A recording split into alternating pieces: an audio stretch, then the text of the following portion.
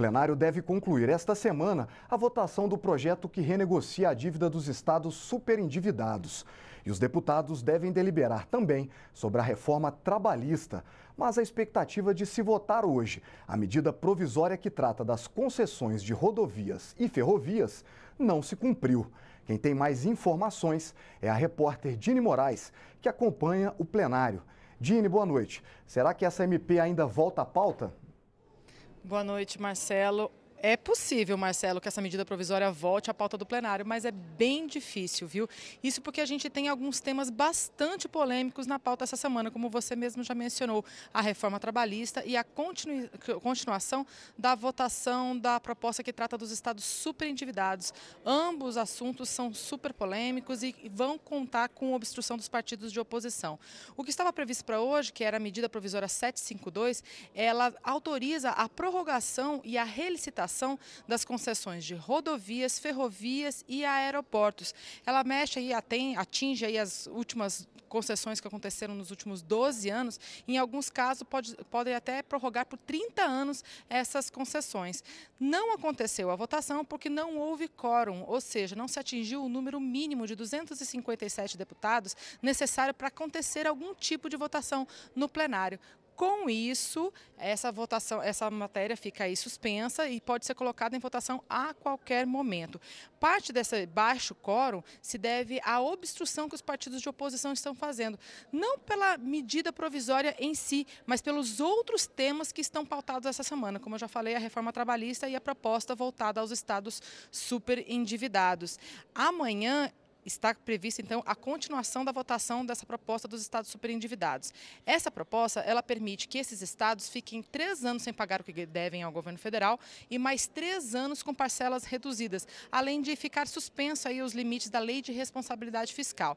Só que para os estados aderirem a esse regime de recuperação fiscal, precisam cumprir algumas exigências, como venda de empresas públicas, congelamento de salário de servidores e aumento da contribuição previdenciária dos servidores públicos. Essas contrapartidas são o ponto mais polêmico da medida, né, da proposta, e contam com uma ferrenha oposição dos partidos de oposição.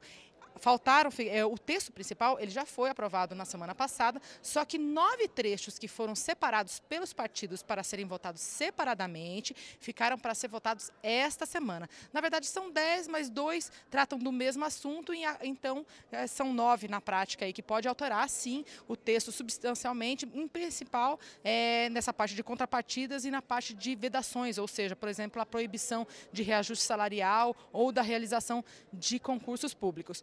Como eu falei, os partidos de oposição vão fazer de tudo para barrar o avanço da proposta. Já o governo acredita que o texto vai ser aprovado sem modificação nenhuma. Vamos ouvir o debate. As principais, aquelas mais graves e que desfiguravam o projeto, de certo modo, elas já foram vencidas. Então, eu acredito que agora é consolidar essa vitória nas próximas votações. Eu acredito que terça-feira nós possamos concluir 100% o projeto para que ele possa ser encaminhado ao Senado, e o Senado, aprovando na íntegra, ele já vai direto à sanção presidente. Se houver alteração, obviamente a Câmara se manifesta novamente. O que vai acontecer vai ser produzido com essa lei um grande arroxo fiscal para os estados que estão em situação confortável.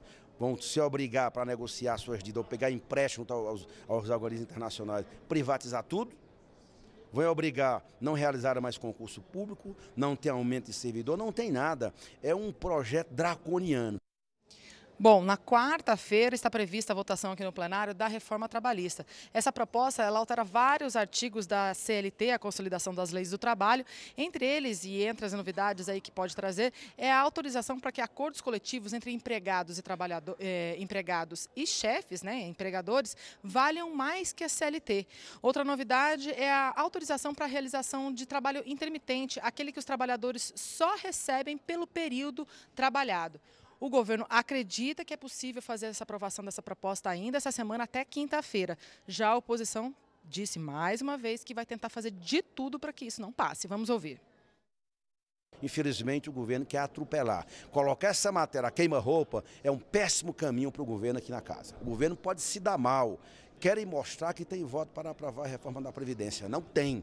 esta PEC da Previdência, a PEC e o PL da reforma trabalhista podem sim ser derrotados. Eles sabem que nós estamos preparando a greve geral para o dia 28. Toda esta crise econômica de uma recessão que nunca aconteceu na história do Brasil. Este é o legado daqueles que hoje são oposição e que estavam no poder até o ano passado. A partir de agora, nós temos que então fazer as reformas, já que eles não fizeram, deixaram o país chegar nesta situação de insolvência que se encontra, e daqui 5 anos todos os estados do país estarão falidos. E o país, daqui a 7 anos, não terá como pagar aposentado e pensionista. Então, antes disso, vamos fazer a reforma. É importante, é de responsabilidade em defesa do povo brasileiro.